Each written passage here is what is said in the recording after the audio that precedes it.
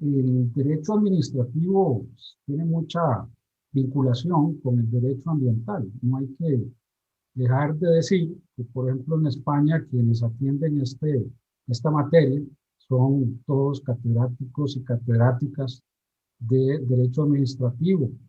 El más ilustre, don Martín Mateo, eh, don Ramón Martín Mateo, pues era también un catedrático de derecho administrativo.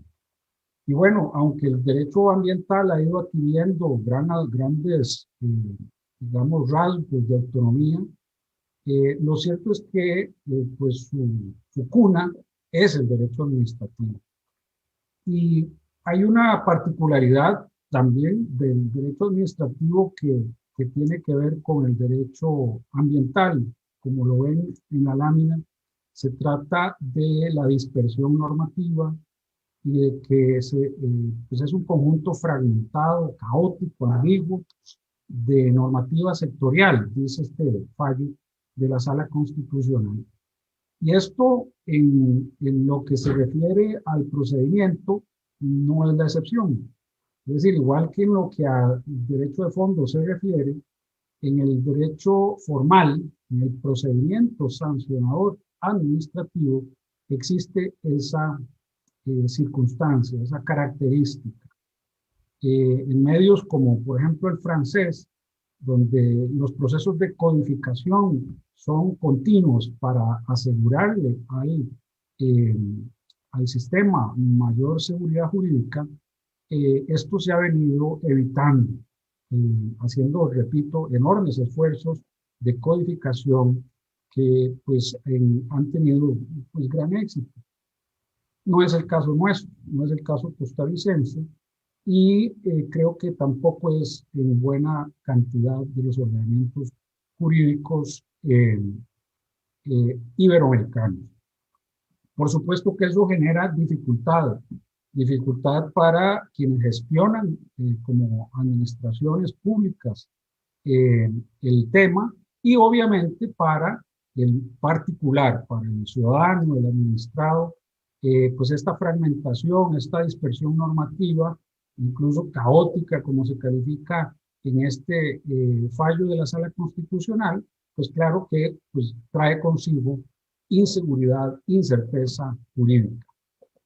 Pues bien, si acudimos a examinar dentro de esa consideración de dispersión normativa cuáles son las normas que regulan el procedimiento administrativo sancionador, como se ve en esta lámina, en realidad tenemos una enorme cantidad de fuentes. Ahí preciso quizás las más importantes, pero como ven, empieza en la propia Constitución, es decir, en la cúspide normativa, hay menciones que vamos a comentar del procedimiento administrativo sancionador. En materia de tratados internacionales, en el ámbito ambiental es uno de los más prolíficos, y Costa Rica una de las naciones que más suele formalizar la incorporación a estos tratados. Pero hay que decir también que más allá de esos tratados de corte puramente ambiental, existe una tendencia ya desde hace algún tiempo para acá, algunas décadas para acá, de que también los tratados o acuerdos comerciales internacionales, sea en su versión tratados de libre comercio o en su versión tratados bilaterales de inversión, han empezado a incorporar capítulos de materia ambiental. Y si me refiero quizá al que más trascendencia ha tenido, y no porque diga algo muy especial, sino por la bandera del país con el que se negoció, que es el CAFTA, el Tratado de Libre Comercio de América Central, República Dominicana y los Estados Unidos de América, es un buen ejemplo de cómo los capítulos ambientales han empezado a desarrollar una serie de normativa que no es exclusivamente una normativa de fondo, sino que es una normativa en la cual los estados son susceptibles de verse sujetos sometidos a un panel arbitral por incumplir las obligaciones de carácter ambiental que tienen estos capítulos de los tratados de libre comercio especialmente. Y resulta ser que, bueno, ese procedimiento tiene algunas reglas en lo que, por ejemplo, se refiere a la legitimación de organizaciones no gubernamentales para poder plantear esas denuncias que puedan generar un eventual arbitraje e incluso participar en esto. Es decir, que no solo los tratados internacionales en materia ambiental, sino también los tratados o acuerdos comerciales empiezan a ser fuente de normativa en materia ambiental y en materia de procedimientos de corte ambiental. No puede faltar la Ley General de la Administración Pública, el primer cuerpo normativo, casi que prácticamente código, que regula en todo su libro segundo el procedimiento administrativo. De esto ya nos habló don Marco Hernández con mucho detalle y no me voy a detener mucho ahí, pero como vamos a ver, en lo que a legitimación se refiere, la ley general es el primer paso para dar espacio a una legitimación objetiva o abierta, que es la que impera, como voy a comentar en detalle, en materia ambiental. La Ley Orgánica del Ambiente, por supuesto, que tiene disposiciones, especialmente disposiciones en materia orgánica y en materia sancionadora. Es la norma en la cual el artículo 99 de esa ley establece cuáles son las sanciones que en un procedimiento administrativo sancionador ambiental, que vamos a ver, tiene dos cabezas, se podrían adoptar. La Ley de Biodiversidad es una norma a la cual necesariamente en esta materia hay que referir por varias razones. Primero, porque establece principios que deben regir en esta materia, especialmente el principio preventivo y el principio precautorio, pero más allá de ello, esa es la ley que establece, antes incluso de la reforma al artículo 50 de la Constitución Política, que en esta materia existe una acción popular. Y ya yo, hasta donde van mis conocimientos, la única disposición legal que establece una acción popular, repito, en este caso, en lo que a biodiversidad o materia ambiental se refiere. Bueno, hay múltiples leyes sectoriales sobre las cuales no voy a abundar, porque como se vio en la filmina anterior, pues realmente hay una enorme dispersión y podríamos encontrar en cada una de esas legislaciones disposiciones específicas en lo que a materia sancionadora se refiere y eventualmente a procedimientos administrativos.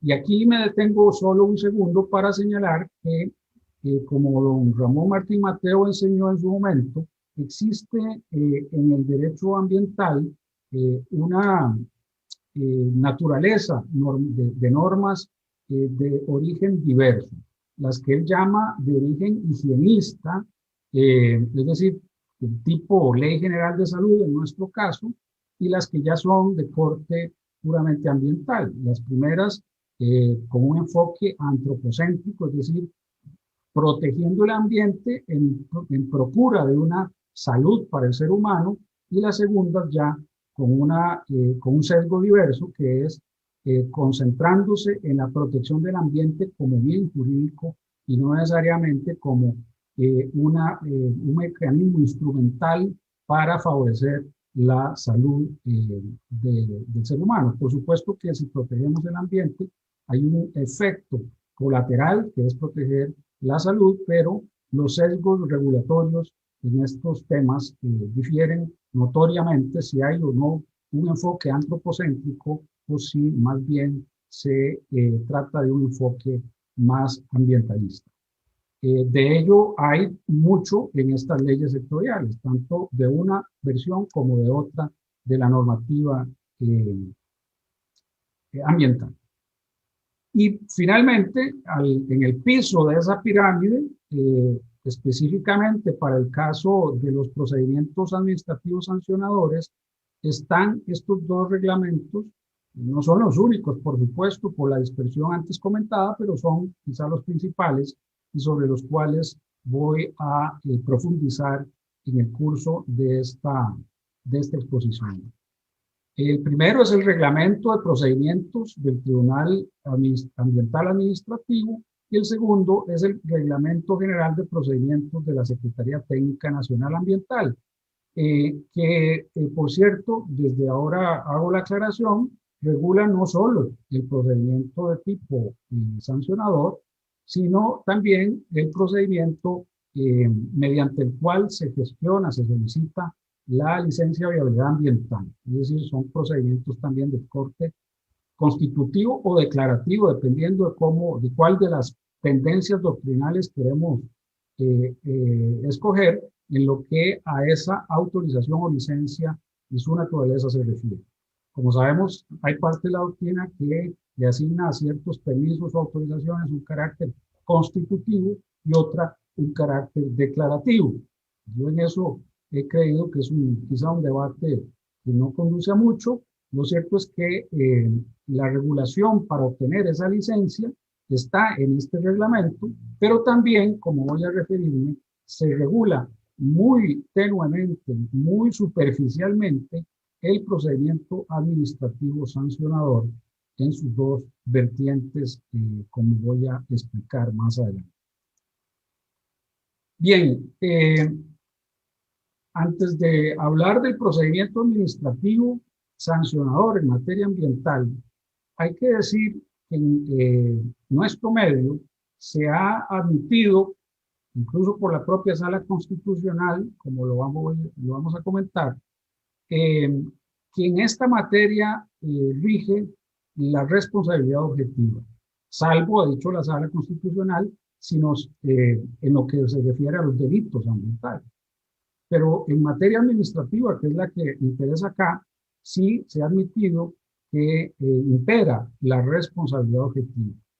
Esto, claro está, tiene una incidencia importante en el procedimiento administrativo porque pues, nos hace necesario comprobar, como lo vamos a ver, según un pronunciamiento de la Sala Primera de la Corte, quién es o quién ha ocasionado el impacto ambiental o el daño ambiental, según sea el caso, y además, pues invierte la carga de la prueba. Quien es imputado de una potencial o eventual responsabilidad es quien va a tener la carga de la prueba. ¿Y de dónde surge el régimen de la responsabilidad en materia ambiental, al menos normativamente? Pues como lo tienen en la lámina, surge de las disposiciones contenidas en la Ley Orgánica del Ambiente, artículos 99 a 101, y en la Ley de Biodiversidad, del artículo 109 a 111 y el 113.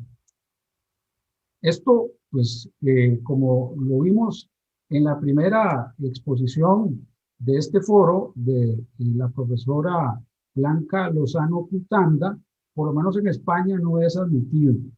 El Tribunal Constitucional Español no admite estos regímenes de responsabilidad objetiva, y como les adelanto, la Sala Constitucional, a diferencia del criterio del Tribunal Constitucional Español, sí ha entendido que al menos en vía administrativa es constitucionalmente posible establecer un régimen de responsabilidad objetiva que recae, aclaro en esto, sobre la administración pública que ocasiona un eventual daño ambiental o el particular.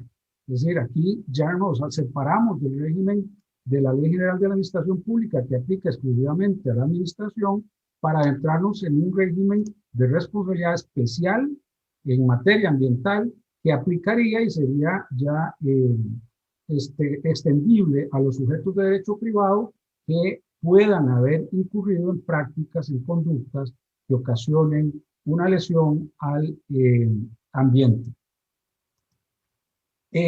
¿Esto cómo se ha visto en la jurisprudencia? Bueno, en la Sala Constitucional hay varios fallos en ese sentido, pero me parece que este que les cito es importante porque refuerza la tesis de que siendo objetiva la responsabilidad no requiere demostrar culpa o negligencia de quien ocasiona el impacto o el daño ambiental. Esta circunstancia también trae consigo, como lo dice la ley de la biodiversidad, pues que la carga de la prueba de quien se dice podría ser el responsable del daño ambiental va a recaer sobre él. Es decir, hay una inversión de la carga de la prueba que hace que pues, el imputado del daño pues deba hacer lo necesario, como sucede en materia de consumidor, por ejemplo, para demostrar que no tiene nexo ni vínculo con ese daño. Y si vemos la otra columna, precisamente la sala primera, que admite también que opera una responsabilidad objetiva, sí hace una precisión importante. Ello en el tanto se haya demostrado quién es el causante de esa lesión al ambiente o alguno de los recursos del ambiente. Como ven en este ejemplo, en el caso concreto, no se logró demostrar que la empresa que era imputada de la lesión ambiental fuese el agente dañino. De modo tal que el requisito primordial es acreditar el nexo causal entre la conducta de un sujeto determinado que debe haber sido identificado con claridad y el daño que haya causado al ambiente. En ausencia de esa certeza de quién fue el agente del daño, pues definitivamente pues no se podrá, por muy objetiva que sea el régimen de responsabilidad, atribuirle a esa empresa, a ese sujeto particular, una responsabilidad en esta materia. De modo que para empezar, en lo que al procedimiento administrativo sancionado se refiere, partamos de esa base. Impera la responsabilidad objetiva y quien asuma entonces una defensa en un procedimiento ordinario administrativo o un procedimiento sancionador ambiental, pues tendrá que tener eso claro para que su teoría del caso y la prueba que ofrezca se ajuste a los requisitos para poder excluir de responsabilidad a su representante. Y si es un órgano director el de procedimiento o un órgano decisor, pues tendrá también que tener en cuenta que por muy objetiva que sea la responsabilidad, es exigible que haya acreditado sin duda alguna quién fue el agente causante de la lesión o en general del daño ambiental. Bien, otro aspecto que me parece necesario que se examine en esta exposición relacionada con el procedimiento administrativo sancionador es el tema de la legitimación. Y acá en esta lámina les pongo lo que creo son los distintos hitos en el desarrollo de la legitimación en materia ambiental. Como lo adelanté, la primera de las manifestaciones normativas que podríamos vincular a la particularidad de la legitimación en materia ambiental está en la Ley General de la Administración Pública. Aunque redactada en los años 60 del siglo pasado y entró a regir en los finales de los años 70 también del siglo pasado, lo cierto es que a mi juicio se puede encontrar en ella una evidencia, digamos, originaria del concepto de la legitimación que posteriormente se va a ir desarrollando en materia ambiental. Voy a comentar más adelante en detalle a dónde encuentro esa evidencia. Luego, la ley de la jurisdicción constitucional, que, bueno, lo regula en lo que a la legitimación en las demandas de inconstitucionalidad se refiere, al mencionarse normativamente el interés difuso eh, o que atañe a la colectividad en su conjunto, pues es otro paso ya mucho más puntual que el que se había dado en la ley general. Luego la ley de biodiversidad, que como adelante tiene una norma relacionada en el tema. Poco tiempo después lo ratifica y la reforma al artículo 50 de la Constitución Política, que introduce dentro de las derechos fundamentales el derecho a un ambiente sano y ecológicamente equilibrado. Ya vamos a ver que esa norma no solo atribuye pues, ese derecho fundamental, sino que también establece algunas reglas específicas en lo que a legitimación se refiere. Y finalmente el Código Procesal Contencioso Administrativo, que es la evidencia más reciente de esta evolución en materia de legitimación ambiental, en el campo ambiental. Pues bien, veamos el primer hito. El 275 de la Ley General es, a mi juicio, una norma pues que sienta la primera piedra del edificio de la legitimación no subjetiva, sino objetiva, que rige en el campo ambiental. Como vemos ahí, la Ley General establece que puede ser parte, ojo que dice parte, no interesado, mero interesado o tercero interesado, sino parte, el que tenga un interés legítimo o un derecho subjetivo, que es, digamos, la versión subjetiva de la legitimación. Pero me centro en el interés legítimo porque dice que ese interés legítimo podrá ser moral, científico, religioso, económico o de cualquier otra naturaleza. Es decir, ahí entra todo. Y esa cualquier otra naturaleza puede ser de naturaleza ambiental. Con lo cual, repito, a mi juicio, se rompe desde ese momento mismo el esquema de legitimación subjetiva que mantuvo durante un buen tiempo, a pesar de haber entrado a regir la ley general, la ley reguladora de la jurisdicción contencioso administrativa. Es decir, teníamos legitimación subjetiva y objetiva en el procedimiento administrativo, pero no la teníamos en el proceso contencioso administrativo. Bueno, eso es lo que explica, como vamos a ver, que el Código Procesal Contencioso Administrativo, dentro de las grandes innovaciones que tiene, pues está romper esa idea restrictiva de la legitimación activa que mantuvo durante muchos años la ley reguladora de la jurisdicción contencioso administrativa. Pero bueno, aquí hablamos y nos interesa subrayar qué dijo desde el año 78 la Ley General en materia de legitimación. Luego, el otro hito que mencioné es el que representa la entrada en vigor en 1989 de la Ley de la Jurisdicción Constitucional. Definitivamente,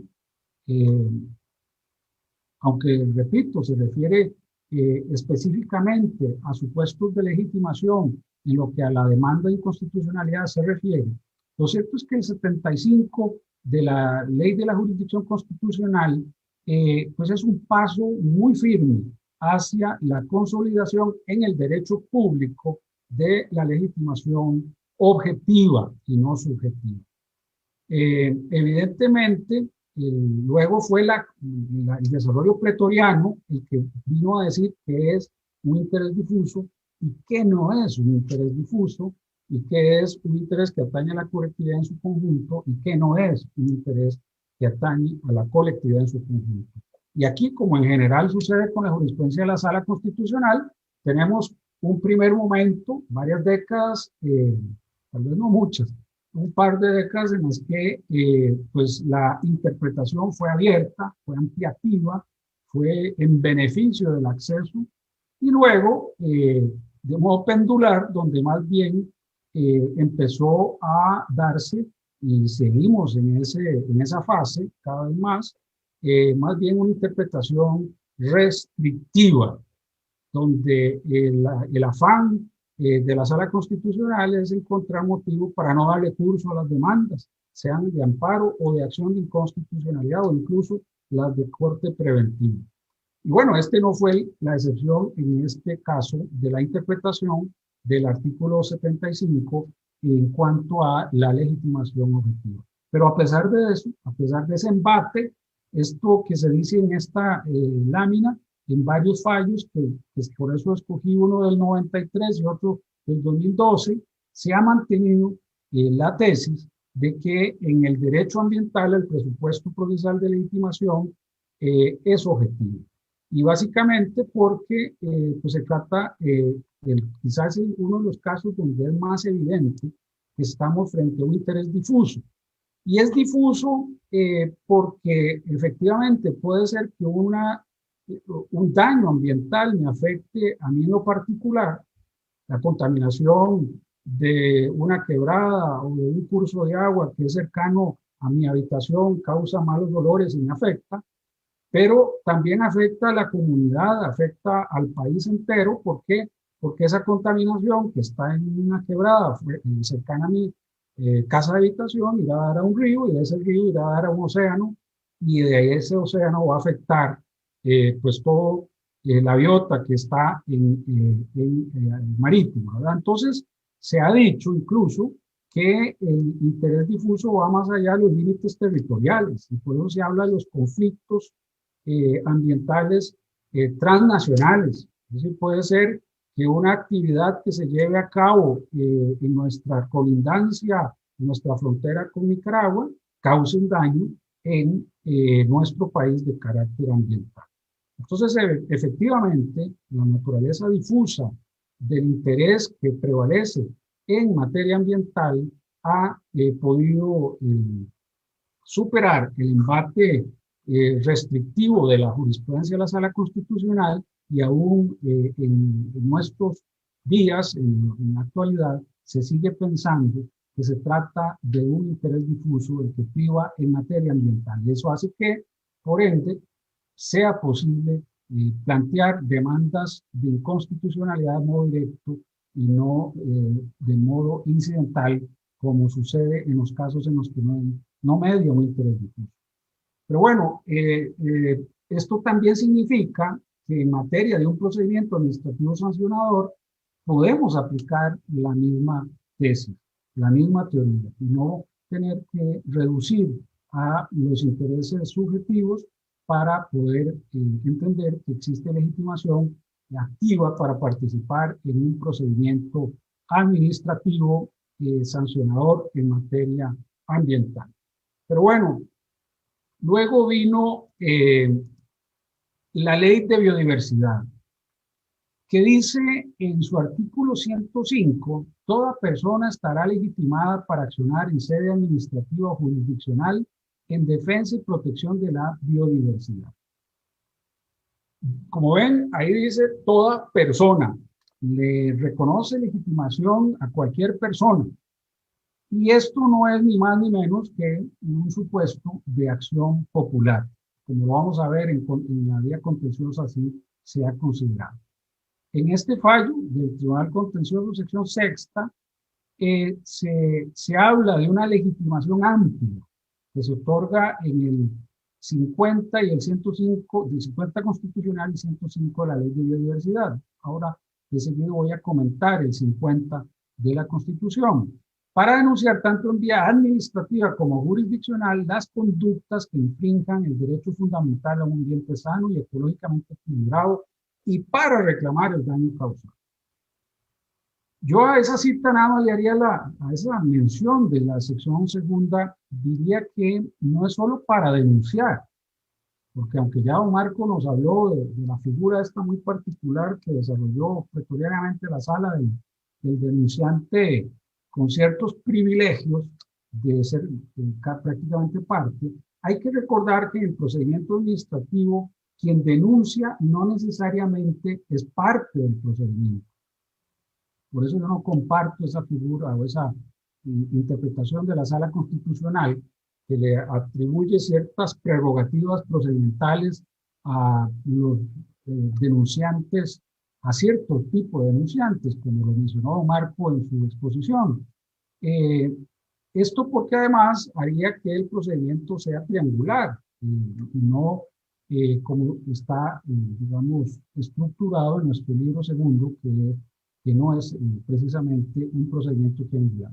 Pero bueno, mi tesis en esto es que la legitimación no es para denunciar, es para ser parte, es para accionar en sede administrativa y eso es más que para denunciar, es para mantenerse y ser tenido como parte, tal y como el 275 de la Ley General establece desde el año 1978.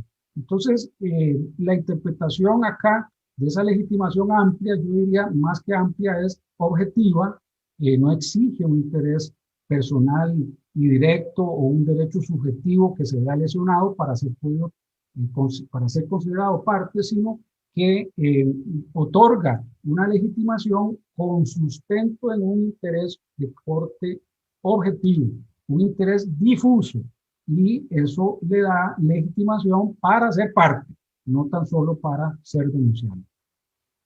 ¿Y de dónde sale esto? Originalmente en este artículo de la Ley de Biodiversidad, que repito, a mi juicio es el único, por lo menos que yo conozco, que regule una acción popular, de las que menciona, como vamos a ver, el CPECA.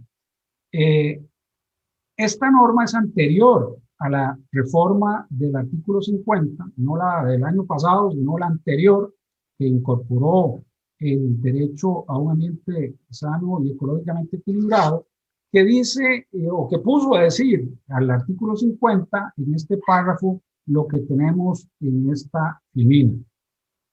Toda persona, repite la expresión de la Ley de Biodiversidad, toda persona tiene derecho a un ambiente sano y ecológicamente equilibrado. Por ello, está legitimada para denunciar los actos que infrinjan ese derecho y para reclamar la reparación del daño causado. Como ven, la norma, a mi juicio, incurre en el mismo error que incurrió la sección, el Tribunal Contencioso en el fallo anterior. A mi juicio, no es solo estar legitimado para denunciar, está legitimado para ser parte en los procedimientos o procesos en los que se discuta con relación a, y ahí hay otro error, no son solo actos, son conductas, porque no todos los daños ambientales derivan de acciones, muchísimos derivan de omisión. No que el artículo pudo haber sido mucho más preciso. Lo cierto es que haciendo una interpretación correctiva, digámoslo así, de esa disposición, de ahí deriva una legitimación para ser parte en procedimientos o en procesos jurisdiccionales de toda persona que quiera reclamar la reparación del daño causado. Por cierto que en esa última expresión también encuentro una debilidad. Característica muy propia del daño ambiental es que es de muy difícil o imposible reparación, como decía la ley reguladora de la jurisdicción contencioso administrativa. El daño causado, el daño ambiental normalmente es irreparable. Entonces, quizá eso de la reparación hay que interpretarlo en un sentido amplio. Y cuando no hay reparación posible, porque no podemos devolver a la naturaleza algo que simplemente solo ella podía haber creado, pues entonces surgen otras figuras, ya no reparadoras, sino de compensación por el daño causado. Si el daño es irreparable, pues no lo podemos, no podemos más que compensar el daño mediante acuerdos con el autor de ese daño. De modo que, bueno, al margen de esas debilidades que encuentro en esta disposición, que por cierto no es el tema hoy, pero estuve estudiando la reciente reforma de nuevo al 50 y si este tiene debilidades, ni qué decir la nueva disposición que incluyeron en el 50 relacionado al derecho al acceso al agua potable. Está fatal, terrible. Otro día hablamos de eso.